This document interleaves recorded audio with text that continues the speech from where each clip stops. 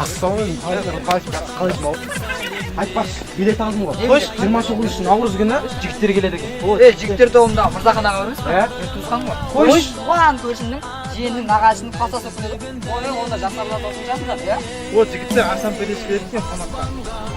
Жігіттер квартирінің әуелі достар туралы өлең көріңіз бе? Сан болсын, өсен болсын мерейім. Қысқасы, 29 наурыз күні жігіттер квартирдің 15 жылдығына орай керемет ән кеші өтеді. Мекен жайы дәл осы жер жоқ.